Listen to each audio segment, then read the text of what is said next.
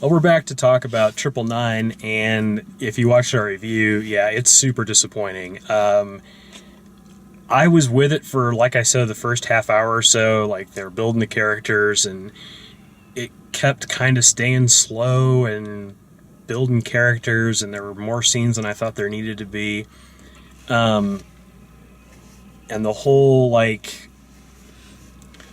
Kate Winslet Russian mob boss being unnecessarily vicious to get Chiwetel Ejiofor to do what she wanted. Killing the smart one of the crew. Yeah. She killed Norman Reedus, and you just don't do that. Yeah. Like, that's the first person to die in this movie. Like, that's a bad sign. You're killing off, like, the best guy. And so that all happens, and fine, whatever, and it's moving along, and they have, like, there's, like, that Mexican standoff scene, which I think is probably what they were most excited about putting in the movie. It's the thing that comes off, like, the most well done, although I lost track of where Casey Affleck was in relation to Aaron Paul a couple of times in that scene. The way they were shooting it back and forth.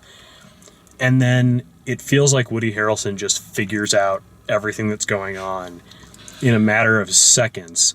Like, 2 phone calls and he's got it figured out, and then he's in Rodriguez's car at the end. Well, he makes logic leaps that are just like, what? Yeah. They know that Aaron Paul's character had a brother, Norman Reedus, and they know that Norman Reedus has recently departed, but they don't assume that he's the 4th man in the group. Right. They immediately jump to, oh, well, it must be that guy over there. Right. And what's infuriating about it is the movie acts like, because the movie is, like, explaining all of these things to you, the movie is acting like this is really complicated and we have to slow it down so that the audience understands all of these moving parts. But Woody Harrelson, he just gets it. He just understands. It just makes complete sense to him.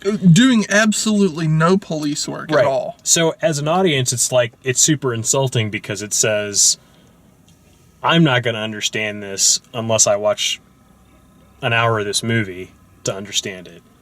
But Woody Harrelson's character, yeah. 2 phone calls and instinct, and he's connected all the dots. And it's like, no, if I saw the, like, last 10 minutes of this movie, I wouldn't know what the hell happened. How does he know what the hell happened? Like, how does he know, like, all these pieces and put together? It's just... It makes 0 sense whatsoever. And then the end of the movie kind of makes it just seem like Casey Affleck was there.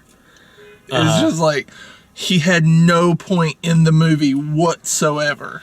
Yeah, I mean, you were supposed to be, like, worried about him throughout the whole thing.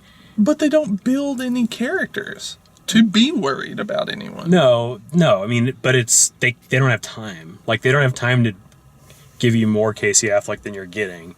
They just put him in there with Anthony Mackie so that you can see the 2 of them, and you know that at some point Anthony Mackie's going to turn on him, and you're waiting for that to happen. And that's the suspense that they're building for him. Yeah. You know, and then Aaron Paul shows up twice, and the second time he's obviously there to, you know, warn him off or whatever. And Aaron Paul gets high and ruins everything. We learned this in Breaking Bad. It stays true today. Yeah, it's there's nothing to recommend it. I mean, I think what I said immediately was that the editing is probably the worst part of the movie, and I think it's possible that there's an edit of this that could have worked. It's all shaken all over the place. It's hard to tell who's where in relation to who. It literally ends on a digital zoom, like a still screen digital zoom into Woody Harrelson's face, which isn't just the cheapest thing you could do to end a movie, but it's like the lamest possible ending. It was pretty bad. Well, it's like Police Memories 1994. Yeah. That somebody made in iMovie or something. It was bad.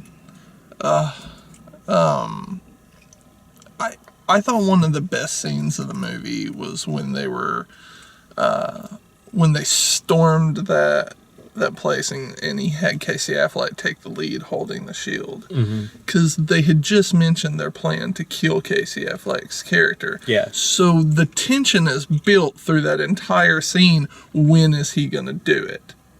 Right. And I thought that scene was really well done. But outside of that, I didn't like the movie at all. Yeah. I thought it was out of place when Herman Cain showed up and just started going 999. Just kept talking about 999, and I didn't really want to see him in there. I'm just kidding. Thanks for watching. If you like the way we do these, please like the video, subscribe, check out all the written video reviews at dalemaxfield.com. Thanks for watching.